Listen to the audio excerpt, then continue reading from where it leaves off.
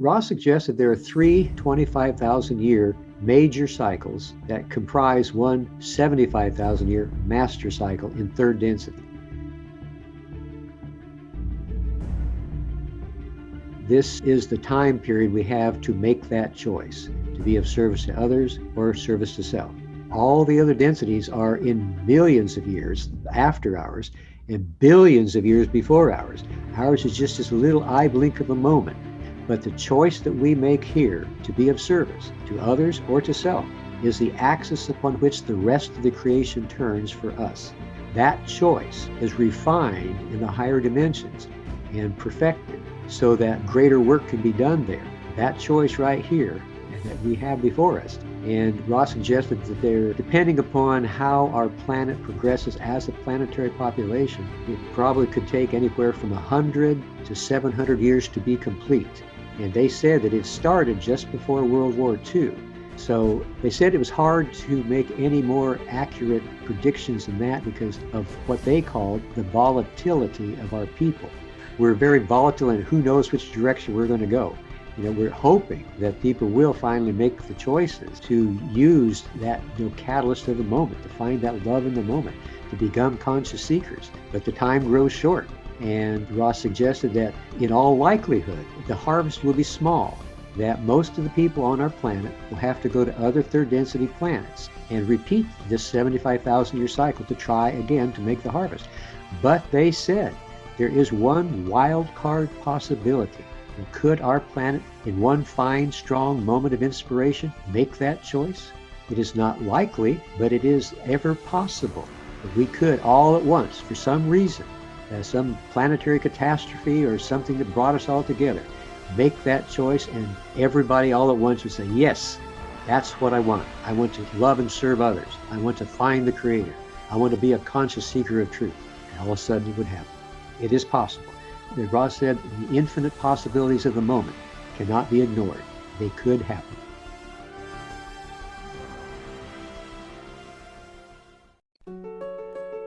Welcome to the Awakening Entrepreneur Podcast. This show is for entrepreneurs that have chosen to define their life beyond the material. They have followed their soul on a hero's journey towards the mystery of the spiritual. I'm your host, Garrett Ng. Each episode will be learning from awakened entrepreneurs and spiritual thought leaders. They have broken through the mold of being ordinary to extraordinary, challenging our paradigm, shining light to the dark, giving hope when there is doubt. The moment of truth is upon us. It is time to transcend our world from fear to love. Are you ready? Let's go!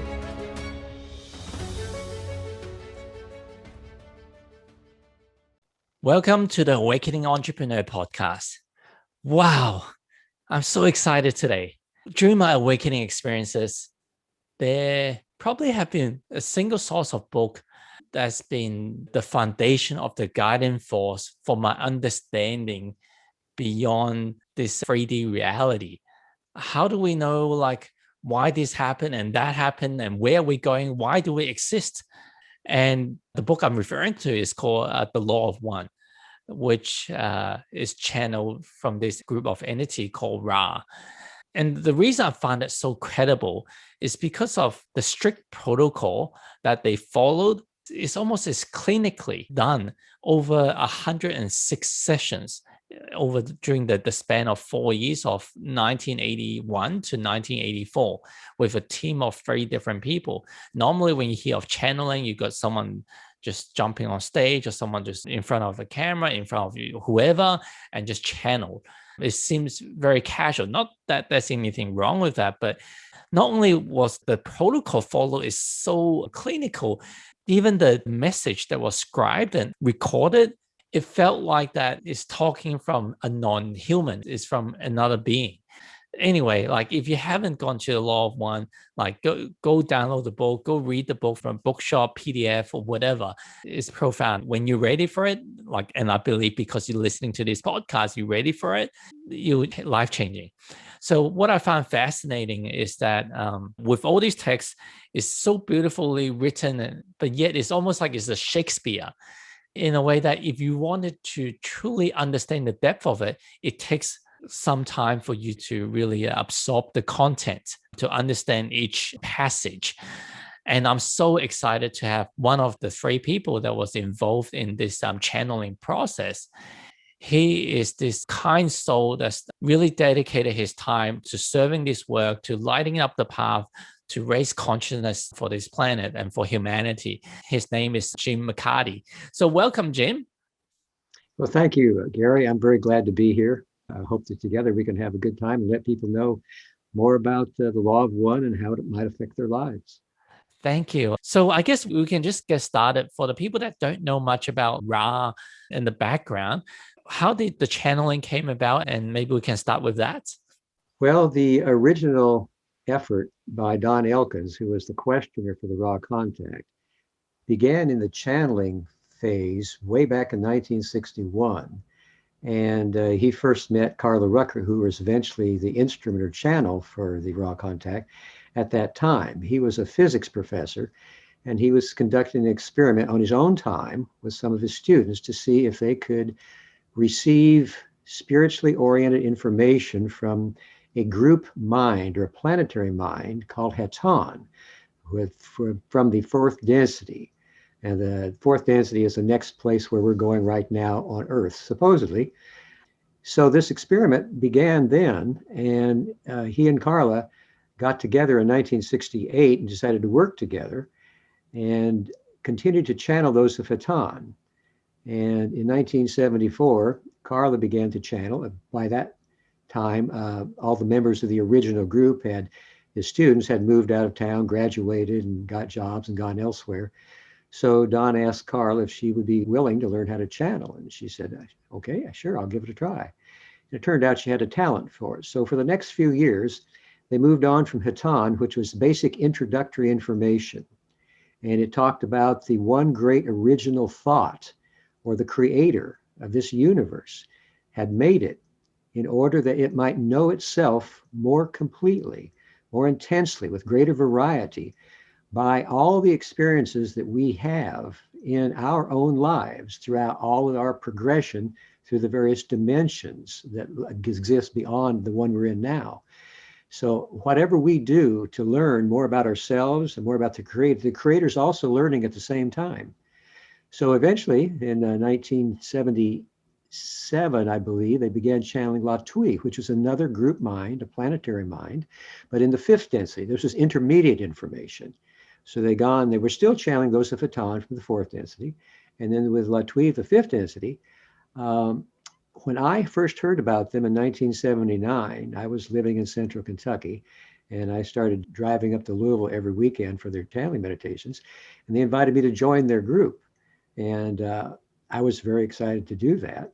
So in December of 1980, December 23rd, I joined them. And 3 weeks after I joined them, the Ra contact began unexpectedly. Carla and Don were teaching another student from the Sunday night meditation how to channel, how to do conscious channeling. And I was out shopping for groceries for the first session. And so those of Ra spoke through Carla to begin with, and they were totally surprised. But when I got back, Don said, this is the contact we've been waiting 19 years for. Could you please transcribe this as soon as possible? So it turned out that Ra was from the sixth density. So Haton been the fourth density of love. La Tui was the fifth density of wisdom. And Ra is from the sixth density of unity, the blending of love and wisdom. So Ra was apparently from the planet Venus originally. And they became associated with the Egyptians, who worshiped Ra as the god of the sun. And that was an unfortunate situation that occurred when Ra felt that the Egyptians 11,000 years ago were ready to receive information concerning the law of one, because they were in a state of what is called pantheism. They saw that the intelligent life, the creator, was everywhere. And that was close enough to the truth, a distortion or a variation of the truth, for those of Ra to begin to speak to the Egyptians and to walk among them to try to teach the law of one and purpose. But the Egyptians saw that Ra was quite different. They saw that they could do things that they couldn't do themselves. They felt that they were very wise and that they were gods. And so Ra felt that that was not an appropriate way to be viewed, because they felt that all is one. That is the basic philosophy of the law of one. We are all one being. We all contain the Creator within us.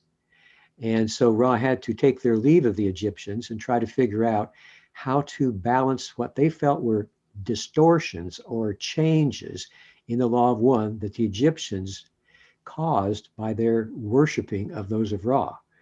So they had various other interactions with the Egyptians back 3,300 years ago.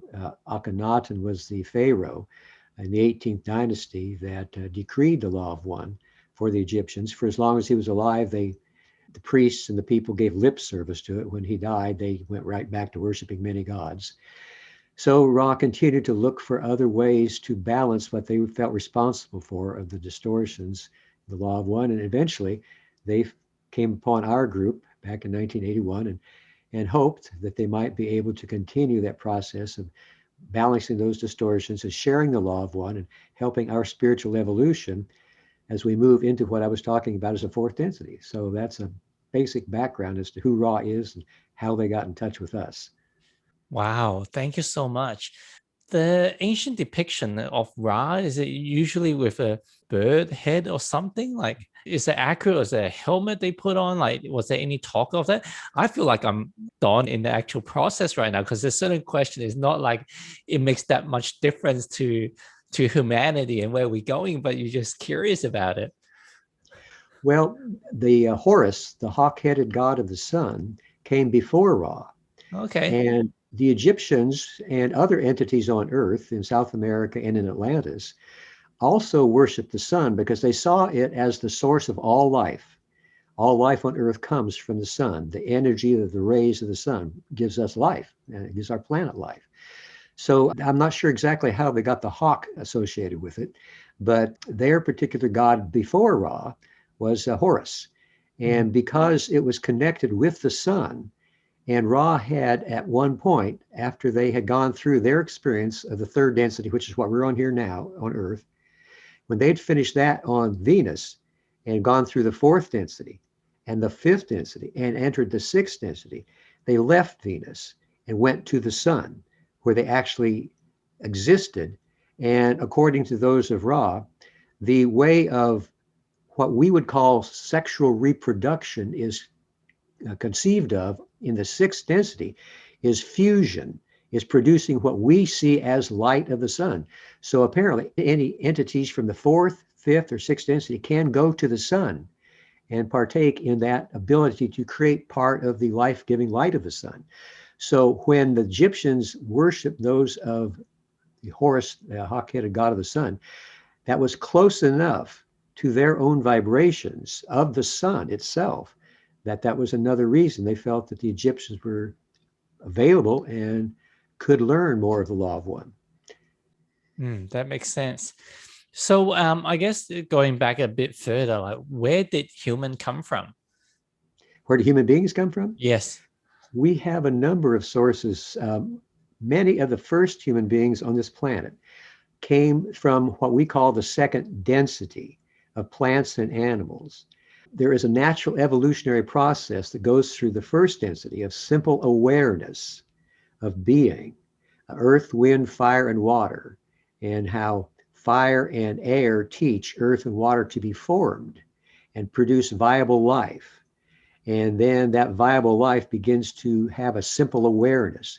And it's a very long period of time, almost 2 billion years. But some of those beings, higher senses of awareness, graduate to the second density where there's plants and animals, a mind and a body. And these plants and animals eventually go through another evolutionary process, and they can awaken their spirit when their simple awareness from the first density becomes self-awareness, self-consciousness. So they can be graduated to the third density with the spirit complex. So many of the entities on Earth have gone through that natural stage of graduation from first, second, and then to where we are now. third density. But many other entities, in fact, the great majority of entities on Earth now have come from other third density planets like Earth, who also have gone through the graduation of the 75,000 year cycle and have not been able to make it into the fourth density. They've had to repeat the third density, and they've come to Earth to repeat it.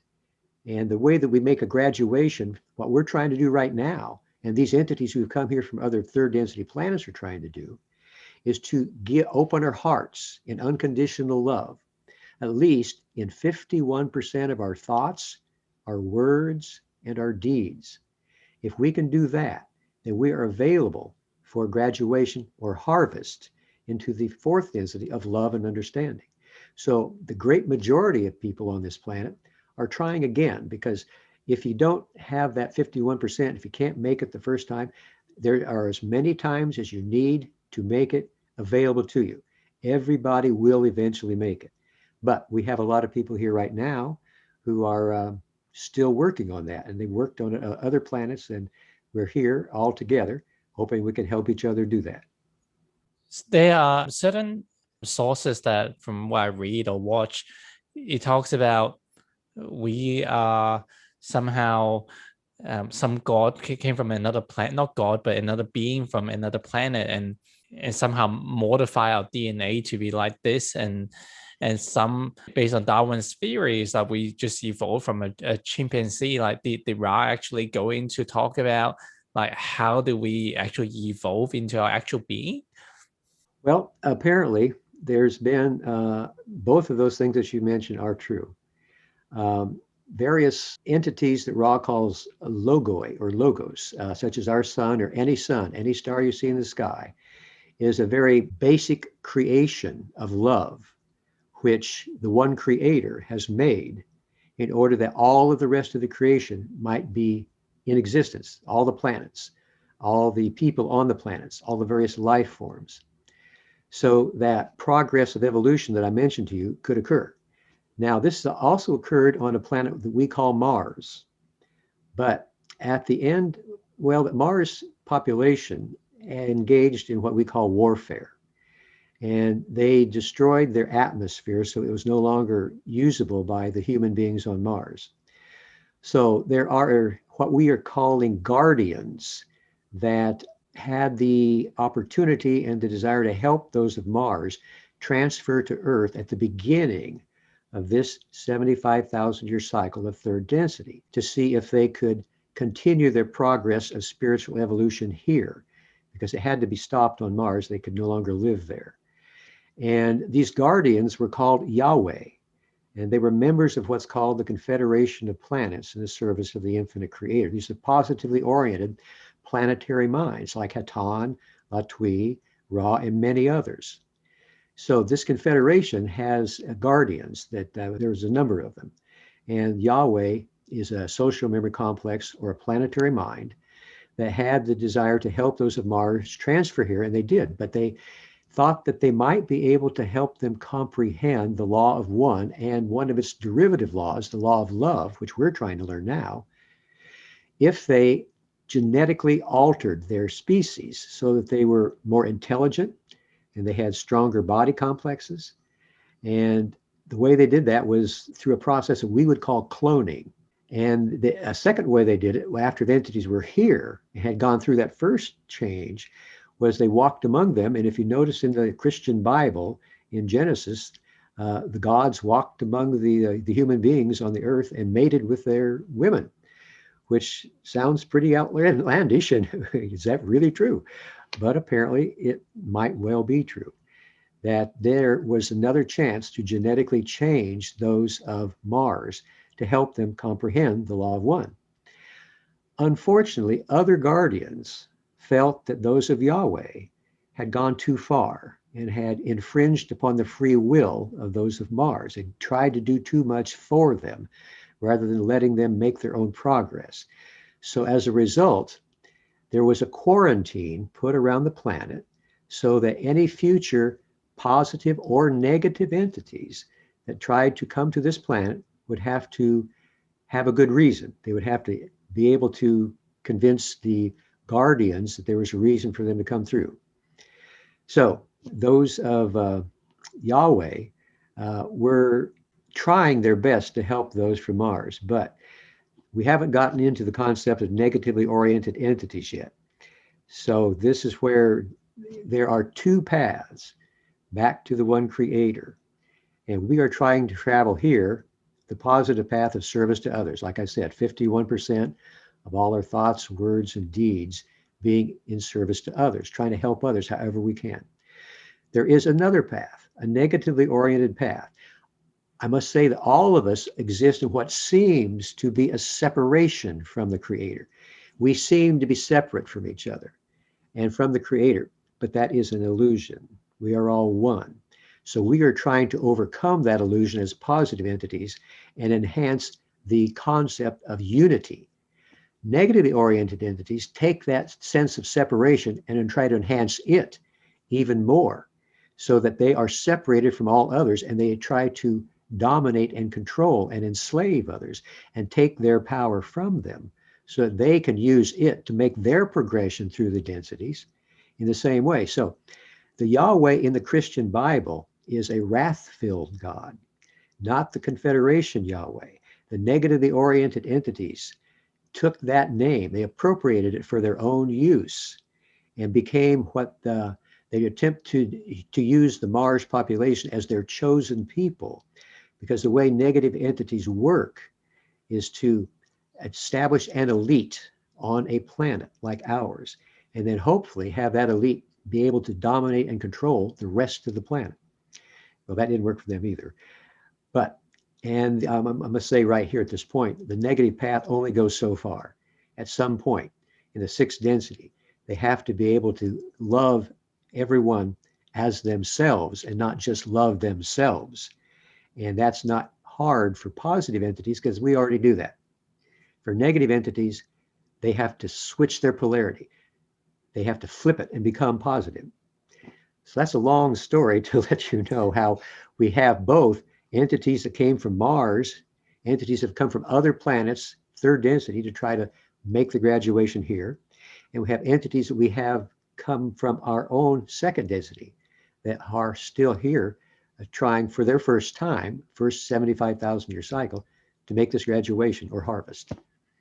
And Jim, like for typically our association with the word negative is something bad and it shouldn't have happened. Like these bad people shouldn't be there. From my understanding is to learn about love, we also needed to learn what without love is or unlove is. And so these are almost like villains, but an actor, like to helping us learn the duality of this density. Is that kind of correct? Yes, the whole idea of our being together, whether we are positive, negative, or have not yet made a choice, is that we provide what's called catalyst, our interactions with each other, whether we're confused or angry or happy or sad or whatever catalyst or experiences, emotional experiences come, we can process that and find the love that is in the moment. Ross said that is one of the basic principles of this third density. There is love in every moment, no matter what else you think is happening, how discouraged you are, how tormented you are, how confused you are. There is love. And if you can know that and take time to try to find it, no matter what the negative experience might be or how they might be affecting you, you can still find love in the moment and use that love to expand your own awareness, to open your heart even further. So that is the great challenge. But it is a great challenge because there is so much confusion and separation and disillusionment on the earth right now that there's a lot of catalyst that's not being processed. If we could process that catalyst and find the love in the moment, then we could all come together as a planetary mind right here on Earth and become what Ra called a social memory complex. We would have all of the memories of every person from every incarnation, and we'd all be one, and we'd know each other's thoughts, and we could decide how we wanted to be of service and have a huge library of information from all those experiences that each person would provide. So that's what we're aiming for, and that's what we're hoping for.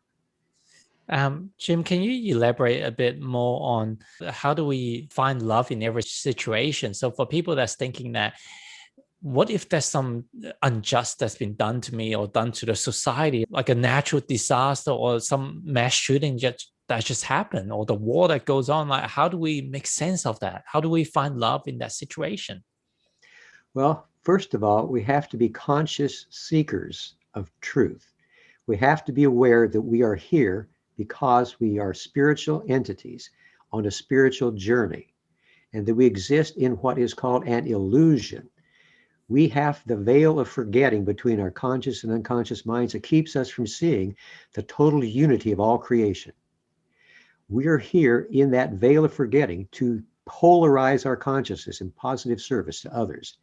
And we can do that more effectively with that veil, because if we could see in this third density how all was one and there was no separation, no true separation, there would be no reason to try to change our situation. We would see each other as the creator. We would see that there's perfection in the creation, but we wouldn't be able to move forward because there'd be no reason to move forward. So we have this illusion, and we have the desire to learn as conscious beings. Most people on the planet are not aware that they are spiritual entities. Many are in various types of religion, each of which has a pure path to the creator, Ross said. But each religion also has distortions that keep us from seeing the whole truth of how we are all the creator, and we're all here to learn spiritual lessons. So when we see things happening in the world that seem to be so negative, we can use that in our meditations to grow and to see what can be learned by such terror, such calamity, such injustice. And what we have to see is that eventually all of these experiences can teach us that we are the creator. If we took a look at all of the catalyst that goes through the wars and the terrorism or murders or whatever is happening, that nothing is really happening by chance. It all has the opportunity to provide us lessons to learn. We can all learn that we're not separate from that person or those people who are engaging in that terror. They are what Ra called our other selves, and they are existing as creatures of the creator as well. They are making some effort to try to discover that, but it may not be a very effective effort because they're not yet conscious of this whole process. If we're conscious of it, we can see that within my being, there is a dark side that is just like that murderer, just like that rapist. But there's also the poet, the dancer, the mystic. We have the entire universe within us. We have everything in there. We are not separate from anything. So we can learn to love all these people, especially love them because they do not yet know what they are doing. They do not yet know there is love in the moment. They do not yet know that the one creator exists within them and within the people that they are terrorizing. All of these things can give us a greater reason to love them and to send them love and light, and hope that they can use those sendings of the power of love and light and to imbue themselves with it somehow. So in all of this process, no matter what catalyst, those are the extremes, but in our daily round of activities, we have other catalysts that aren't as extreme, but we can still learn from that it teaches us we are that. We're not separate from it. Whatever difficulty I had with that person and I are the same. We are the one creator. If we can continue doing that in our personal meditation and processing all the catalyst that is available, then that catalyst is food for growth. It helps our spiritual growth. And that's the way it works on this planet and every other planet. Wow. So what you're saying is almost like the people that performed a lot of the atrocities, the wars, and the killings, and a lot of the negative things is almost like is a little child just throwing a tantrum. They just wanted to seek attention, seek love, through their attention, and they just went about it not the best way. That's true. They do not yet know that they have all this power within. They don't know yet why they're here. And unfortunately, that type of behavior can cause problems on our planet itself, on our Mother Earth, Gaia. The anger of the wars and the destruction of the wars that heat of anger seeps down into the crust of the planet itself, so that as the higher density vibrations from the galaxies come here, these fourth density vibrations that our planet is now imbued in, that the Earth, in order to be able to bring those vibrations in, has to slowly release that anger and that heat through what we call volcanic eruptions, earthquakes, different ways of the weather being very destructive, slow release of this anger that's built up over thousands of years of war. So our planet itself, our Mother Earth, is trying to heal herself from all of these wars that have occurred, because so many of these people are from other planets where they failed to make that graduation, and they're still having trouble here. And they're bringing along those vibrations of anger. And so it still is an opportunity to grow beyond it if we can all become conscious that we are spiritual seekers, spiritual beings, and we all contain the Creator within us. And no one's any better than anybody else. We're all the Creator. What happened to Atlantis? From my understanding, it's like they seem pretty advanced in their technologies and even their consciousness. And then, as far as history shows, it just disappeared. Well, those of Atlantis apparently started off as an agrarian society over 30,000 years ago, and over 15,000 or so years, they progressed a little bit more and more, and it became technological, and they began to call for information. Entities are social groups, nations, and so forth. If they're in a state of confusion and they're trying to grow, that confusion is a call for assistance from the Confederation of Planets in the service of the Infinite Creator. And they begin to send emissaries or make contact of a telepathic sense, perhaps, so that there's channeled information that is given to the more spiritually advanced entities they can use to share with their population to help them to grow beyond their confusion, to see that there is love in every moment. They are spiritual beings. So Atlantis had this information given to them by another sixth density social member complex, not those of Ra, but another one of the same level. And the Atlanteans, for a while, used that in trying to help each other grow. But as time went on, the use of this information became distorted, and they began creating life forms instead of growing in their own understanding of the reason for their existence. And they began to fight among themselves.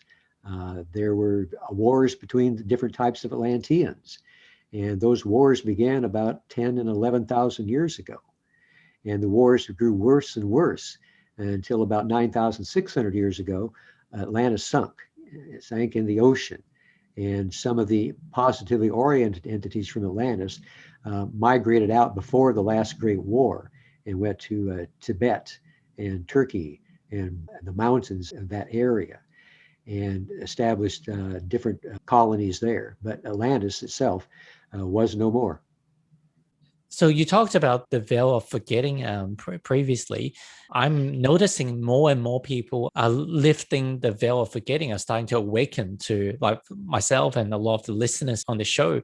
Why is that happening? Is this something that we have done like now where maybe we started meditating, but some people didn't meditate? Is it because of the work that we've done in previous lifetime? Is all leading up to this? And I've also noticed that maybe roughly around like the age of 40, it seems to be like the ripe age for a lot of people to start to wake up as well. Obviously, there's people that wake up early and people that wake up later. Do you have anything to share for that? Well, as we use the catalyst that I was talking about, if we can balance it and begin to see how we are all things and all people, we affect the chakras or the energy centers in our body. Each energy center or chakra receives this energy from the sun. It's called love, light, or prana. And it comes in through the base, the red ray energy center, which is concerning survival and sexual reproduction. And then it goes up into the orange energy center, which is our individual selves, our personal eccentricity, how we relate to each other on a one-to-one basis. And then we go up to the yellow ray energy center, how we behave in groups, how we join together and for whatever purpose, hopefully positive purposes. And then the heart center is what we're really trying to open here so we can graduate to the fourth density. And then the blue ray energy is the clear communication, the inspiration and communication to others and receiving it from others. And then the indigo ray is the ray of consciousness, awareness, of magical abilities to be able to create changes in consciousness at will. And then the violet ray energy center is the summation of the balance down here. So as we're working with our catalyst on a daily basis, we are clearing the blockages out of our energy centers or chakras so that love, light, or prana from the creator can move up higher and higher and higher. When it moves here to the third eye or the indigo ray, then people have various types of awakening experiences, or what Ra calls contact with intelligent energy, and then contact with intelligent infinity, the creator, in the violet ray. So that's also, people call it the rising of the Kundalini. So obviously you and others and people are having these awakening experiences, have been able, either in previous lives or this life or together, been able to clear those chakras so that love, light, or prana of the creator can rise to the energy level where these awakenings occur. When we are born as infants, are those energy center blocked, or is it from the conditionings and the belief system we took on that start to like become blocked? Well, there's a variety of possibilities. When you're born into the third density, the first three are naturally activated, because this is the third density and that has to happen in order for you to get here. So now, depending on whether or not you have had luck or perseverance and exercise your faith and will in previous lives, other energy centers may also be activated. And it varies according to the people coming here. Ross said there is what's called a seniority of incarnation by vibration. So the people who have the best chance of making the harvest are here now. If the person does not have much of a chance, they're lower on that seniority list, and they would have to wait until there was a chance for them to make it. But so the people that are here now at least have the first three open, and probably there's a beginning to activate the fourth one. And that is what we're all working on here. And it's not necessary to go any higher in order to make the graduation or the harvest into the fourth density. But many people who are what's called adepts, after they've opened their heart, they continue upward and have, as I said, the awakening experiences. So there's a great variety of opportunities and types of awakenings within the energy centers. Everybody has a unique path to the creator, as Ross said. No two people are the same. Each is quite unique and has their own balance of energy centers necessary to have these awakening experiences and to open the heart. So are there any practices or anything that you recommend for us to open our heart energy center more often and also to awaken? Meditation is the one way that has been mentioned by every contact we've ever had from the Confederation since 1961 up to the present day. Meditation is our greatest tool for spirit. Meditation is the way that we process our catalyst. At the end of the day, Ross suggested that it's a good thing to do is to, in meditation, to look over your day you just had and see what it was that knocked you off your balance. Was there anything that was disharmonious? And then was there anything that was also very positive? You balance both of those because you are all things. You are the creator. You're a 360-degree being. You have the light side, you have the dark side, you've got everything in you. So your catalyst shows you some of that. And if you can balance it, like if you're very impatient with somebody during the day, you're just so irritated, you're impatient, do this right, maybe with a child or whatever. At the end of the day, you take that impatience and you relive the experience. And then you allow that impatience to get ridiculously large and overtake your consciousness for a second. Then you allow, without creating it, you allow the opposite of that, patience, to come and get just as big, so that impatience is balanced with patience. And then you accept yourself as having both of those ways to know the creator contained within yourself. So you do that with everything: anger and frustration, jealousy, patience, doubt, every kind of emotional experience you have, positive and negative, during the day, you take that into your meditation and you try to balance it so that you become the creator. You see all of this whole panoply of experiences in your being. You are everything. You are the creator. And as you become to realize that more and more, that energy, as I said, moves up higher and higher in your chakras. And you hopefully at some point get to that heart chakra, where at least 51% of your thoughts, words, and deeds are directed towards being of service to others. Wow, that's incredible.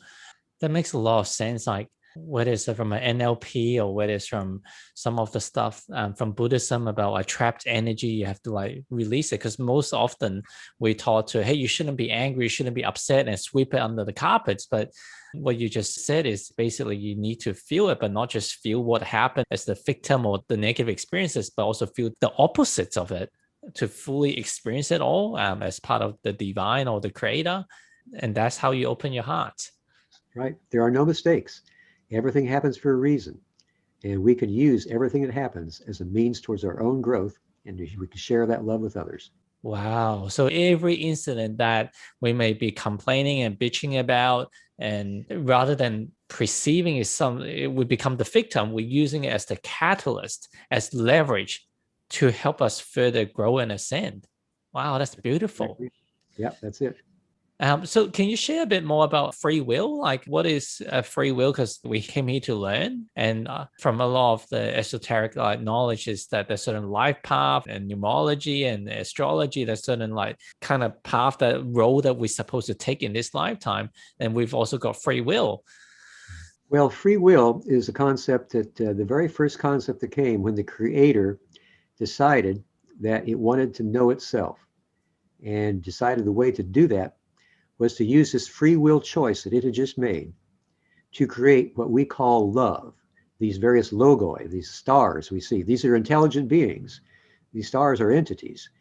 And these loves or logoi then became the focus for the creator to focus its free will through each logos. And through that focusing, created what we call light or the photon.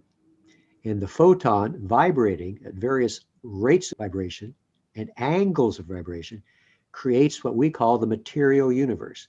Everything that we have in this world here, the computer here, the desk, the chair, the house, everything is photons vibrating at a certain rate of vibration.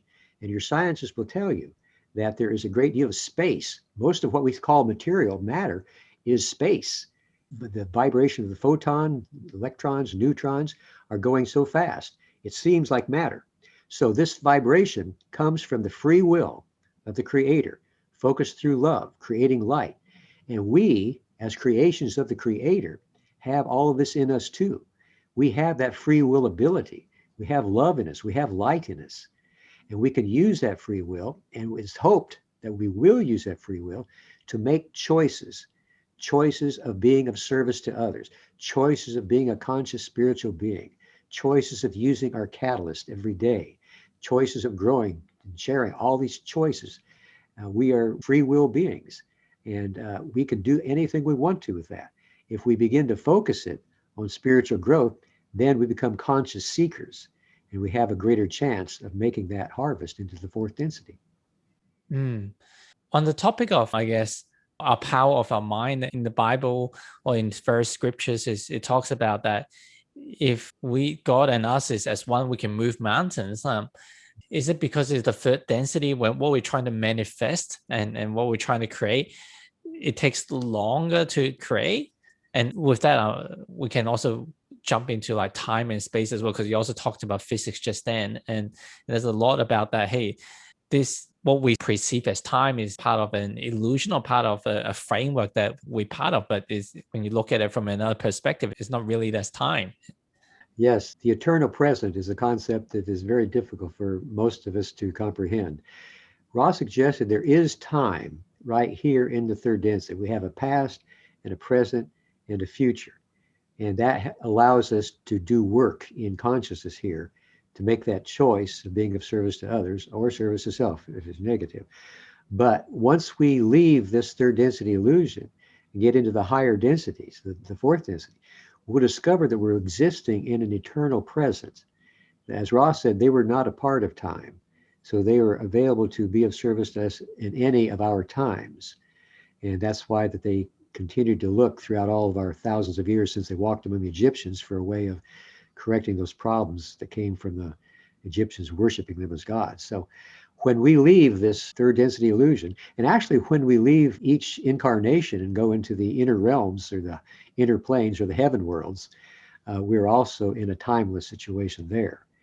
But while we're here, we exist within the illusion of time. That does have an effect. But the real truth of things is that everything's happening at once. And it just seems like it happens in a linear progression to us. And on the topic of I guess I'm manifesting, is there something about this density that takes longer for things to manifest? Yes, it takes longer to discover we're conscious seekers of truth. It takes a long time for us to figure out that we can raise our consciousness to higher and higher levels, that we can be of service to others. But once we get on that path, then we can build up our own momentum and the progress becomes quickened. Although we still have a great deal of work to do. I mean, there are various levels of spiritual awakening, and those levels will go on and on and on through the succeeding dimensions that are beyond this. And so we begin here, and it takes us a while, but eventually we can make that progress, and we can make it more quickly as we go on. Awesome. Early on, you shared about Earth's harvesting cycle, and we are at a very interesting time right now. Can you share a bit more about that? Well, Ross suggested there are three 25,000 year major cycles that comprise one 75,000 year master cycle in third density. This is the time period we have to make that choice, to be of service to others or service to self. All the other densities are in millions of years after ours and billions of years before ours. Ours is just this little eye blink of a moment, 75,000 years. But the choice that we make here to be of service to others or to self is the axis upon which the rest of the creation turns for us. That choice is refined in the higher dimensions and perfected so that greater work can be done there. That choice right here that we have before us is, we're right at the end of the 75,000 year cycle. And Ross suggested that they're, depending upon how our planet progresses as a planetary population, it probably could take anywhere from 100 to 700 years to be complete. And they said that it started just before World War II. So that means we're about 72 or 3 years into it now. So they said it was hard to make any more accurate predictions than that because of what they called the volatility of our people. We are not, we're not doing so well. We're very volatile, and who knows which direction we're going to go. We're hoping that people will finally make the choices to use that, catalyst of the moment, to find that love in the moment, to become conscious seekers. But the time grows short. And Ross suggested that in all likelihood, the harvest will be small, that most of the people on our planet will have to go to other third density planets and repeat this 75,000 year cycle to try again to make the harvest. But they said there is one wild card possibility. Could our planet in one fine, strong moment of inspiration make that choice? It is not likely, but it is ever possible that we could all at once, for some reason, some planetary catastrophe or something that brought us all together, make that choice, and everybody all at once would say, yes, that's what I want. I want to love and serve others. I want to find the Creator. I want to be a conscious seeker of truth. And all of a sudden it would happen. It is possible. Ross said the infinite possibilities of the moment cannot be ignored. They could happen. It could happen. So what are we waiting for, for the actual Earth's harvesting? Because I would assume most of the population have either currently, whether they're 49% negative or 49% positive or whatever the percentage is already set right now. There's a certain benchmark right now. So will we just start shifting people one way or the next, or is it waiting, hey, let's try to get more people into the positive oriented to learn about love, and then we'll finish this chapter? Well, there are spiritual groups of various kinds all over the earth, and each group is doing its very best to share the knowledge that it has in service to others, to have awakenings of how that we can find that love in the moment. You know, the mystics of all ages have always existed, and these people are all over the place. And if you do some investigations, you find that there's different places. It looks like fourth density is born in this particular place. People are, they're living cooperatively. They're helping each other. Apparently, there has been for the last, well, since the 1980s, there have been entities being born on this planet that have what Ra called the dual activated bodies. They don't just have the third density body like we have. They also have made the graduation on other planets. They've come here early to help out this planet because they see all this turmoil as great chances of being of service.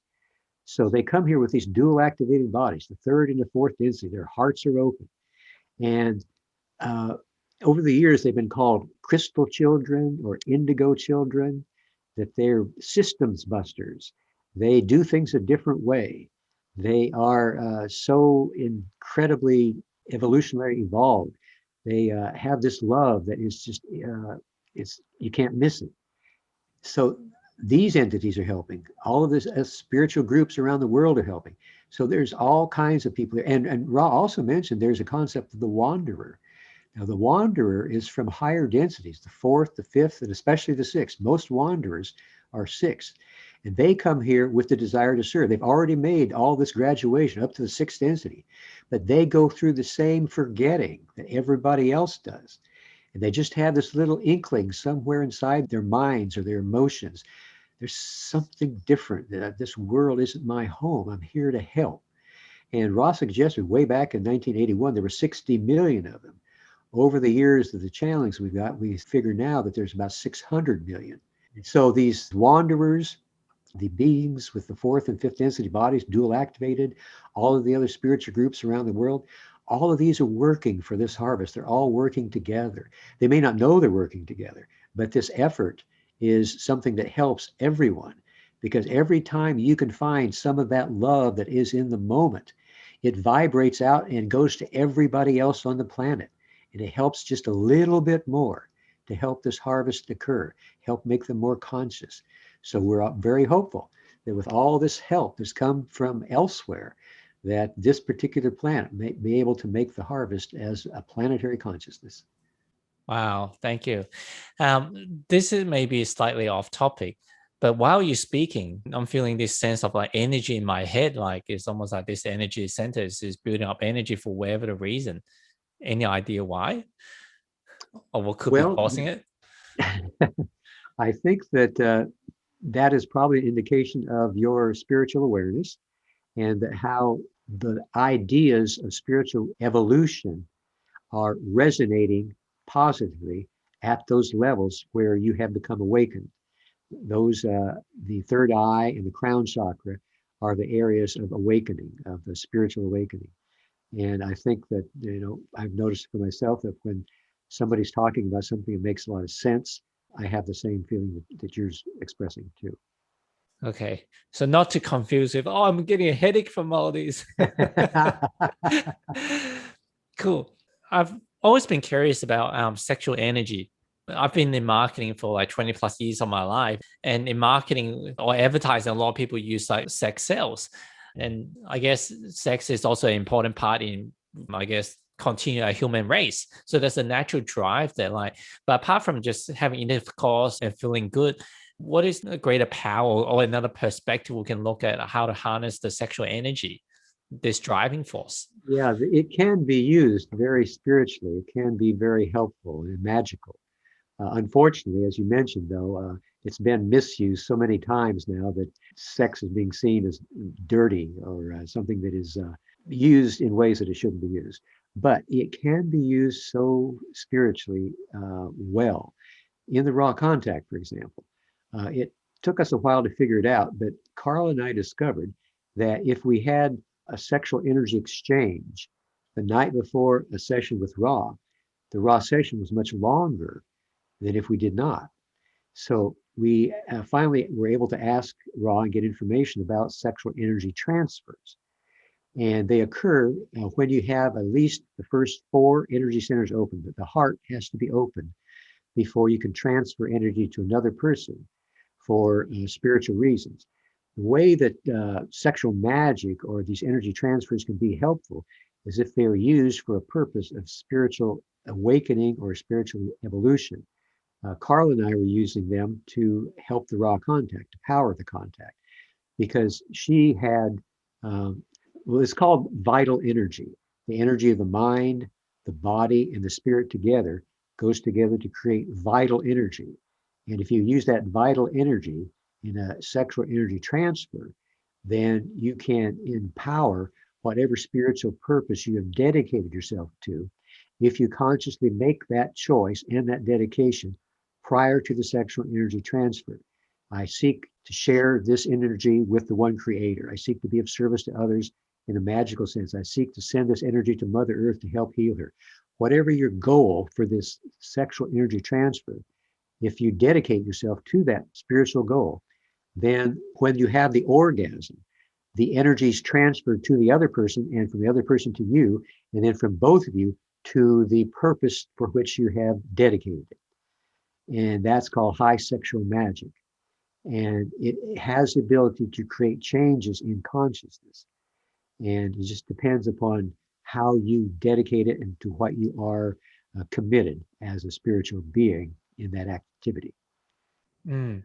Does both person heart's energy center needs to be open, or is it just one? It would at least go one direction. If only one person's center is opened in the heart, only that person would have the energy transfer. So in order for there to be a better or a most efficient transfer, it's both hearts have to be open. Yep. When we talk about energy center opening and closing, is it something that happens moments to moment, or is it once you open, it will remain open at least for a period of time? Can it then close back down? You can open the centers more efficiently if you consciously meditate on the qualities that I described for each center. Each one has a certain quality. So if you meditate on that quality and imagine your center, starting with the red, then the orange, yellow, green, blue, indigo, and violet, go through each one, you can balance them in a way that is not normal for you. It is better than normal. It's more efficient. It's clearer, and it has more ability to transfer energy through all of the chakras. And then at the moment of orgasm, all that energy is transferred back and forth between the two entities and then into whatever purpose you have designed as your focus.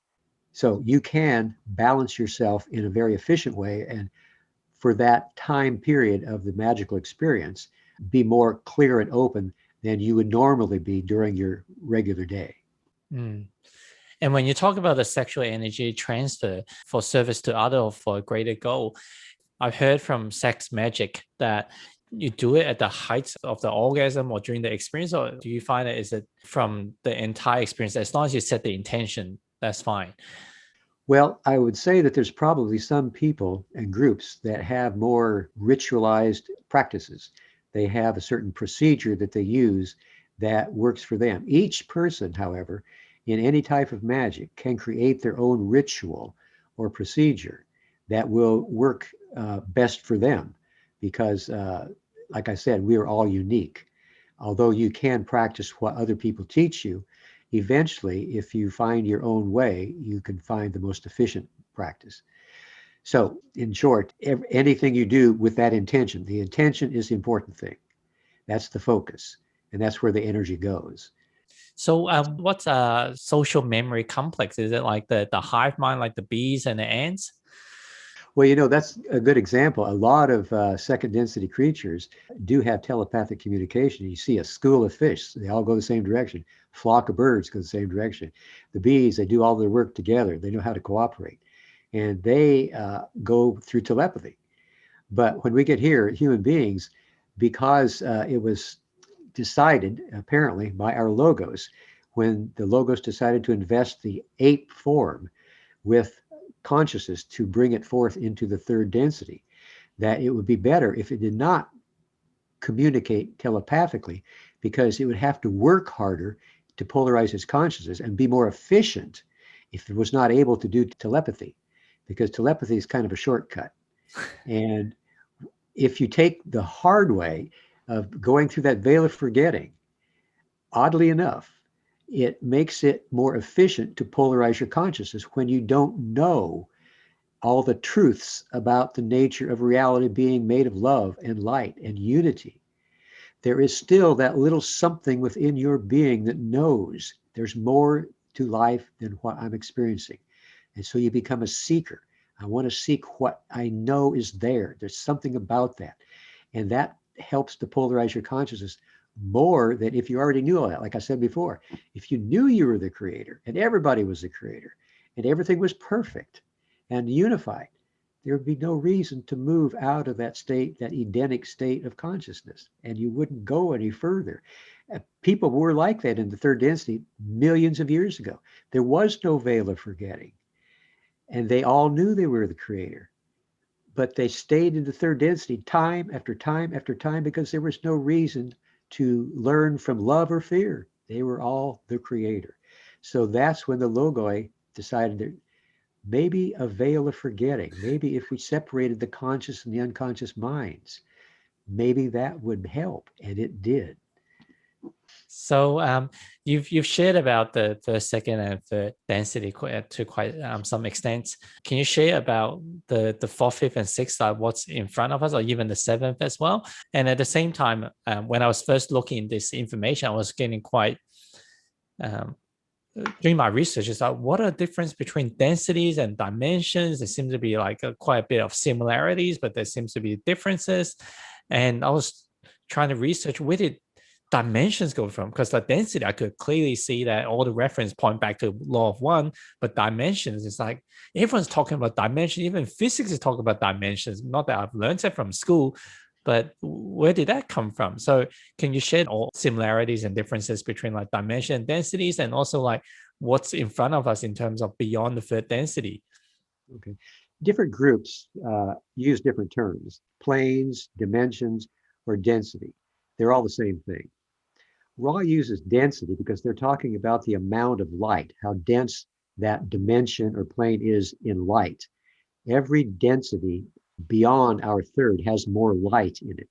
More information is in that density, more possibilities, more what we would call paranormal abilities are contained within all of that light. So the fourth density, Ross suggested they could say some things about that would make sense to us. But after a while, we don't have words to describe accurately what these are like. So we just have to be satisfied with little images. They suggested that the fourth density that we're moving into now is 30 million years long. And our lifetimes there will be 30,000 years instead of like about 100. What we have here is about the most. So we'll be able to read each other's minds. We'll be aware of each other's thoughts. We won't be able to hide anything, and we won't have any desire to hide. There will be great harmony because all of us will be one being. When we communicate with Ra, there were 6.5 million entities within the Ra social memory complex. We were communicating with one individualized portion, but it was the same as communicating with them all. So that's what it'll be like in fourth density. The communication will be with everyone, and all thoughts will be understood. There will be great differences. Everybody will be unique, but these differences will be harmonized by group consensus. So the things that will not be, there will not be any kind of disharmony. It will not be possible to cause disharmony in any way. There will be a great feeling of compassion for the third density and the problems that people have here. There will be a great desire to be of service to others. It will be easier to create things with thought. We can build with thought, just like Ra built the pyramid by thinking. They didn't move a mountain, they created a mountain. It's called the Great Pyramid at Giza. And they did that with their minds. And I think from reading the text, it says that we didn't want to make it like perfect. We want to make it more like man-made. So you get obsessed about this God creation, right? Right. Yeah, it looks like it's a bunch of stones put together. Yeah. but it's made out of living stone, conscious stone. And they asked it to change shape, and it did, you know. So it'll be similar to that in the fourth density, just not quite as powerful. So the fifth density is even harder to try to describe in words because we just don't have words for it.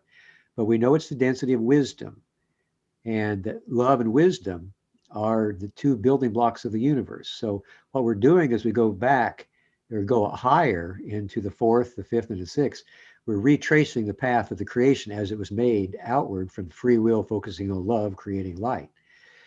So in the fifth density, it's the density of wisdom, and it's a very free density. Social memory complexes still exist, and you can function in a social memory complex, or you can go off on your own and function as an individual mind, body, spirit complex. And in the fifth density, there is a lot of desire to be of service to others. Many people become wanderers.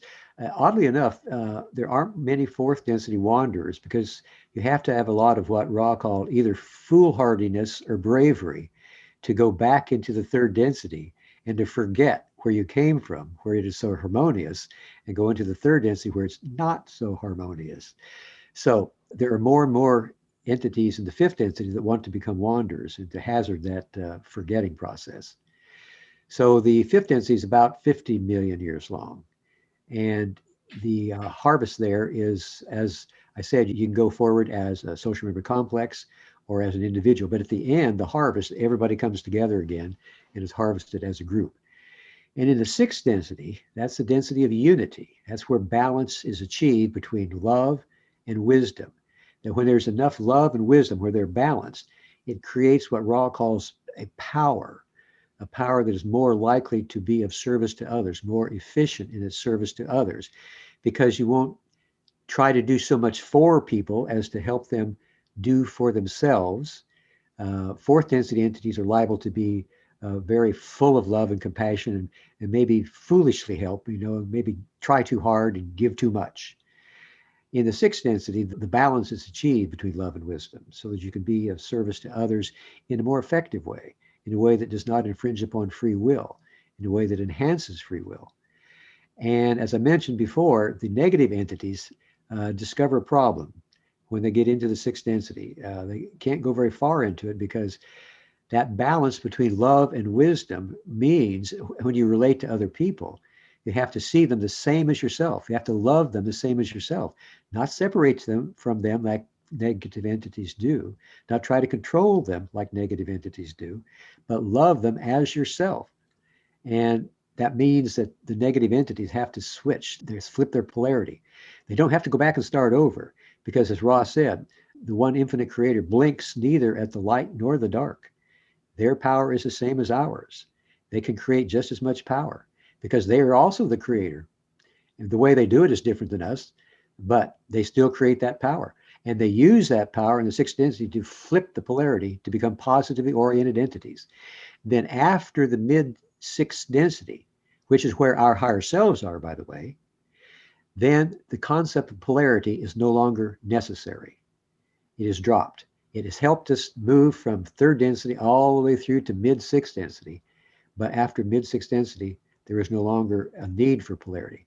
We go consciously forward in all of our actions and thoughts and services at that point.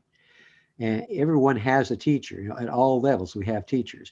Ra's teachers are in the seventh density. And that's the density of foreverness. There is no length to it. You can't describe it with a length of time. That's where the eternal present becomes very obvious. And at that point, our higher self has another higher self. It's called the mind, body, spirit complex totality. And at that point, in the seventh density, that type of entity, which is part of our guidance system, gives all of its information from all of its incarnations to the higher self as it goes forward now and becomes the creator once again. And once again, eventually, the entire creation, all of the densities, all of the entities will coalesce in a spiritual, what our scientists see as a black hole. And everything will become one. All of the fruits, the efforts, the learnings will be given to the creator, which is ourself. as the product of the entire evolutionary process. And in that black hole, then, that is the culmination of everything. However, that black hole is not the end. On the other side of the black hole, the whole process begins again, with this chaotic seeming earth, wind, fire, and water blowing and burning incandescently. The first density begins again as a product of what is learned in the previous one. This is apparently a process that's been going on forever, infinitely in what we call the past, and will continue infinitely in what we call the future. So all of this is a non-stop process of the Creator knowing itself. Wow, fascinating. No, there are examples that Ra talks about as people who have obtained the service to others, and certain people that's achieved graduation for service to self. And I think they also talk about the people that's gearing towards service to self, taking a negative path. They also skip the fourth density as well, the loving density. No, they don't. That's the love of self. Okay. They skip the heart center. Heart center. Okay. They skip the heart center. They skip their own heart chakra. They go directly from the solar plexus, the yellow, up to the indigo. And that is the way they contact intelligent infinity and make their own graduation. Wow. But they have a harder path to go. The positive entities only have to be 51% in service to others in order to make it. The negative entities have to be 95% service to self, almost perfectly service. It's a harder path. So the people that's stuck between, they're not 51% yet, and they're not 90%. Those are the people that we're waiting for to try to get them to more positive oriented, to at least 51% to graduate, to harvest. Right. They are unpolarized. Just like a car battery, you have to have a polarization in order for the battery to start the car. It's the same with the mind, body, spirit complex. If they don't have a choice, they haven't made a choice one way or the other, they don't have the power to do work in consciousness. And they will have to repeat the third density on another third density planet in order to try again. But everybody will eventually do it. Nobody gets left behind. And so who are some of the examples that Ra talked about that have graduated either way? Well, they didn't give us too much in that regard, but they did say that in the positive sense, back after the second 25,000-year cycle in South America, there was 150 entities that were harvestable. But the entities working with them, there was the third social memory complex from the sixth density working with them. So they sent them a messenger, an emissary, describing to them what it would be like to go into the fourth density, but also describing what the plight of their brothers and sisters was that had not been able to make the harvest. So they decided to stay. And Saint Teresa of Avila is one, Saint Francis, and Saint Augustine. These all reincarnated into the monastic tradition and are examples of positive polarity entities on our planet that stayed here. Negative entities, Ra suggested the one known as Rasputin, the Russian, Taras Bulba, and Genghis Khan. Genghis Khan, the great conqueror of, had the largest empire in the world from Eastern Europe to Asia, all through there. Those are entities that made the harvest in the negative sense. And they were conscious, Ra said they were conscious adepts. To be a negative entity, and you have to work very hard and be very efficient. And so these were three examples. And there were mention of Hitler as well.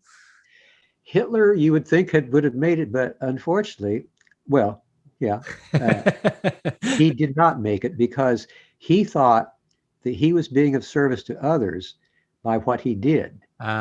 And so apparently Hitler is now in the inner realms, in a healing realm, because even though he was quite negative in his polarization, he had problems. Apparently, he tried to move too fast in his incarnation and go up the energy centers without balancing the lower energy centers. And it caused a state of insanity where he existed in a dream world toward the end of his life. And needed after his incarnation was over to go through a great healing process, which he may well still be in. Awesome. I know that especially for Don in his earlier work is very much focused on UFO. So some of the channeling sessions were questions about the UFO. Can you share some information on that?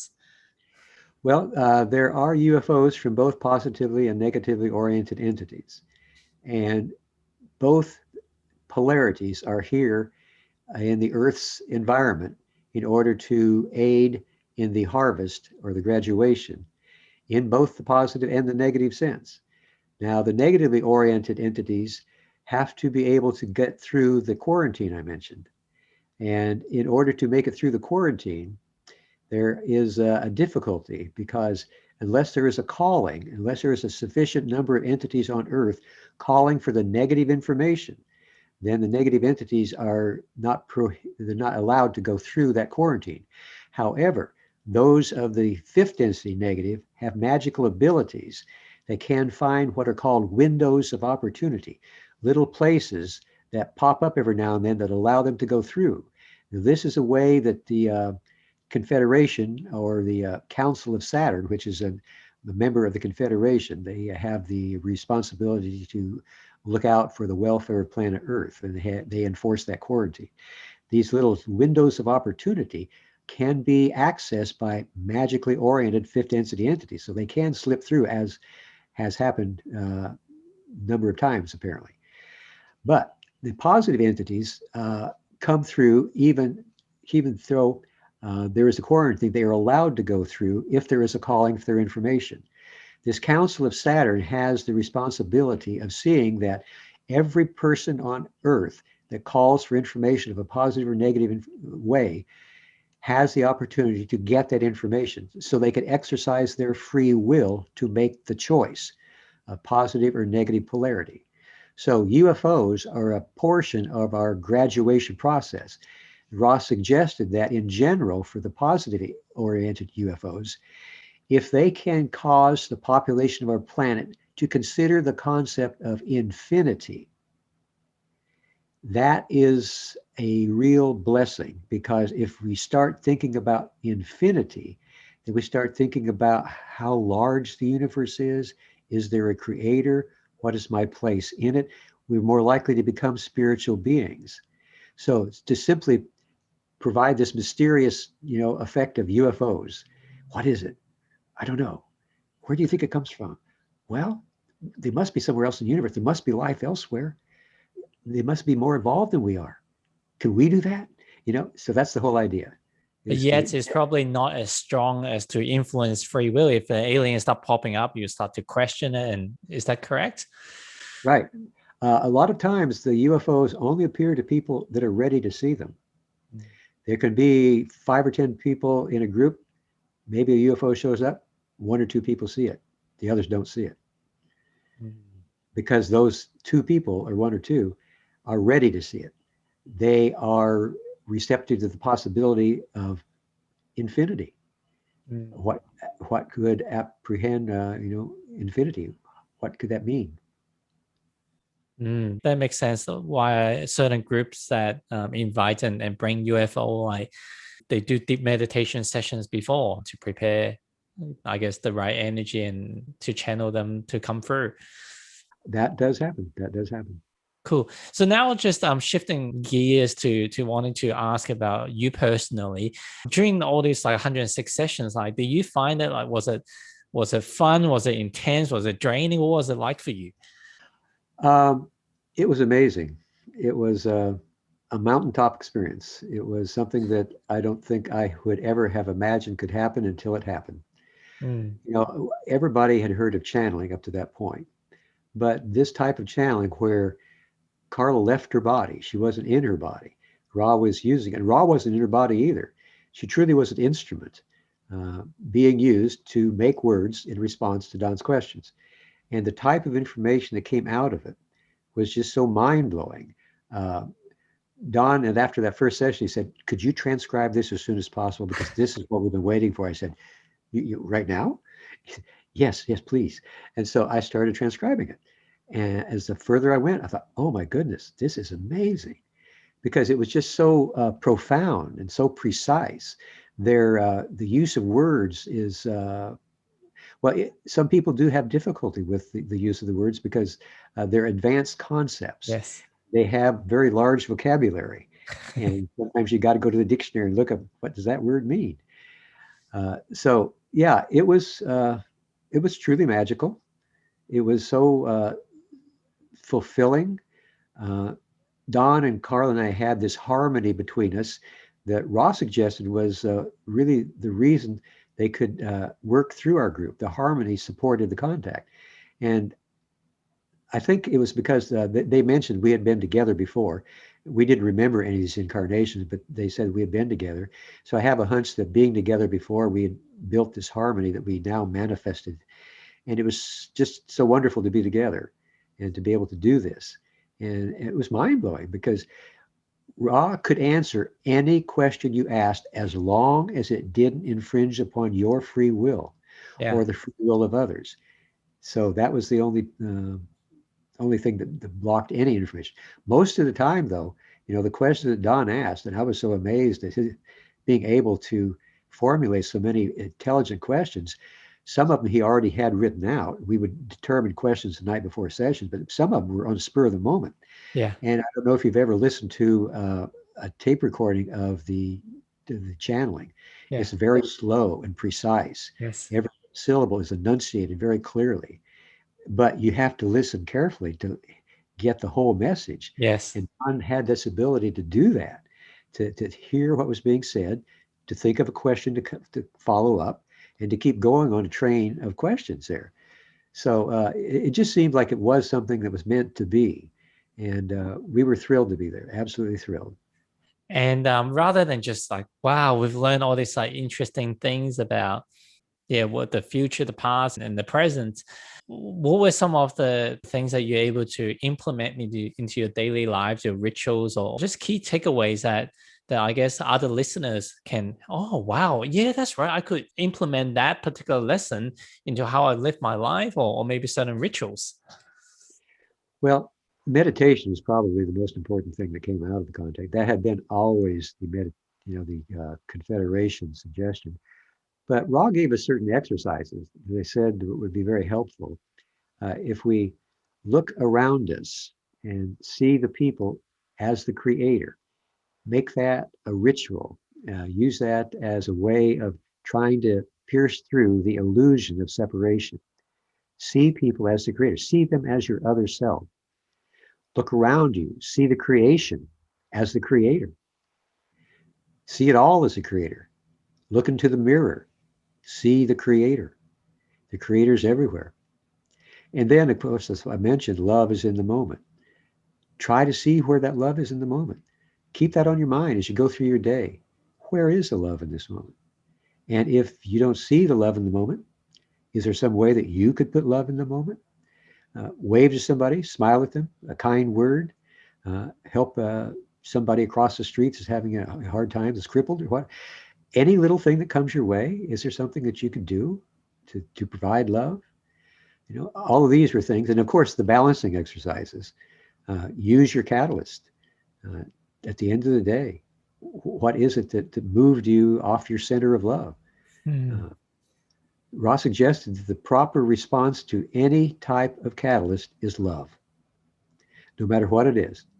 Somebody wants to kill you, you still love them. You try to get away, you don't want to be killed, but you still love them. Whatever's happening, love is the appropriate response. Right. What do you see is happening around the world right now? Well, a lot of people are trying to find love. A lot of people don't seem to be trying to find love. A lot of people are holding on to their limited points of view and are working hard to exert power over others. There is a lot of positive and negative energies going back and forth. And as Ross said, there's a lot of chaos, volatility, and separation, disillusionment, anger. But again, there's a lot of opportunity for being of service. The prayer of St. Francis, I think, says it really well. It says, Where there is a hatred, let me sow love. Where there is injury, pardon. Where there is doubt, faith. Where there's despair, hope. All of those things. Try to share those. Try to make a difference. Mm, Like Gandhi said, you must become the change that you wish to see in the world. mm, We need to take an active role. And I think that's probably one of the things that's helpful with the great pandemic of the coronavirus. There's so many ways to be helpful to people, just doing whatever you can to help out. Uh, mm. People need help in all different ways. So it's something that's bringing us together one way or another. So there's all kinds of ways to help. We just need to find our own particular path. And I think each of us has planned a path that is the possibility that we can follow, and just have to look up, what's in front of you for every day. There are no mistakes. Mm. Whatever's there is providing you something that you can do to be of service. Should we Some be thought. concerned about Mother Earth and I guess the destruction, the pollution, all that, or do you think it will all work itself out eventually? We do need to be concerned about Mother Earth. Since, I guess, 1999, here, Carla and I decided each evening to do what we call the Gaia meditation, where we try to send healing, love, and light to our Mother Earth, because she has been damaged by so many years, thousands of years of wars and dissension and anger and separation. So everybody can do that. You in your meditations, you can send love and light to Mother Earth. And we've also recorded a visualization that I created to help Mother Earth move into the fourth density. And so people can do that. Everybody can do that. We definitely need to do that. Ross suggested that any type of sending of love and light was very helpful. It can be done in meditation. And yeah, we need to help our Mother Earth. Thank you. I guess on that note, I've gone through a plant medicine journey before, and rather than like having to meditate for hours and hours to get certain realization of God, not intellectually, but having the experience of just like we are God, we are part of the creator. Why do you think there's plant medicines out there that are they like kind of like in the whole creation? Are they like the backdoor key or the secret key that, hey, it's just to help us to remember? Oh, did you say meditation? Why is Plant medicine. Oh, plant medicines. Okay. Yes. No, I didn't understand it. Yeah. Why do you think like were they like specifically put in just in case you can't remember, or maybe it's not just in case because back in the indigenous culture, like these are part of Yeah, the ritual, so it's not like right. it's rare. It's a way of life. I think all indigenous peoples are aware of plant medicines because they're very close to the environment. They know that there are things there that can be very helpful. And I think they are meant to help us grow, to help us be of service to each other, and to help us heal physically, mentally, and spiritually and emotionally. So, yeah, plant medicines are very important, very much needed. And thank goodness for the indigenous peoples to establishing that in their cultures to be able to share with whoever is wise enough to use them and to Yeah. use them wisely. Awesome. So what is life about for you now, Jim? Well, since my crew here in the office is working remotely, the last year, I'm living in a monastery, and I happen to like solitude, but I also enjoy seeing my friends. And we get together, social distance, every couple of weeks. We have practice channeling groups, and we're trying to perfect the channeling process. I have gardens I work in. I love gardening. Our yard is full of different types of flowers. I don't grow many vegetables anymore. I just stick to flowers. And Why I, is that? Is it just a personal preference? well, yeah, I just like flowers now for some reason. They're just beautiful. I love the way they look. I love the way they smell. And so I really like the gardening them. I have a Camelot journal I write every day where I comment on different questions and answers in the raw contact. There are 2,600 questions and answers. And I love being able to share my point of view on what Don is asking and what Ra has said. We had enough sessions that we covered all the topics probably two, three, and sometimes four times from different angles, different perspectives. So one particular question, if I can show a different perspectives from another session, then it gives a larger point of view to the readers. And so I've been doing that now for the last 5 years. And we have, we hope to have our homecoming again. These wanderers that I told you about, for many years, Carla was getting emails and letters from them saying, I don't have anybody to talk to about my spiritual journey. I really would like to have someone to talk to. So she did two things. She wrote the Wanderer's Handbook and also decided to have homecomings so that people from all over the world could come and join us and could talk to other people who were also wanderers, and nobody would think they were crazy. Yeah. So yeah, we're still writing books, and Carla wrote Living the Law of One 101, The Choice, to try to make the information a little easier for people to understand. So we're promoting that book. I've recorded all of the raw sessions, and her books, all of her books are audio books now. Yeah, So great. people can get them and listen to them. Seems to be the way people like to read books nowadays. They listen to them because Yeah. while you're driving somewhere, you can listen. Yeah. So I've really enjoyed making those audiobooks. Yeah. Just doing whatever I can to help out. And I love being here, and I love being able to talk to people like you and to your audience and to share the law of one. And you mentioned that you like, I guess, continue to work on different ways of channeling the most efficient way. What do you see the difference as people that's channeling like on stage, or whether on stage or just in person, and where Carla is more almost like a hypnosis, a trance state? What are the differences in that two types of channeling? Well, Carla said that if you channeling your guides, you're in a much easier situation. You could probably do it on a stage Ah, and it would be okay. If you're channeling extraterrestrial entities, then it's a different situation. You need to be much more careful in how you tune yourself and get ready for the channeling. And you need to have a group around you that is very supportive. You need at least two people. So we don't have any problem with that. We have a small group, usually 10 or 20 at the most, to come to our public meditations. And then you need to be able to determine you have the entity on the line that you think you do.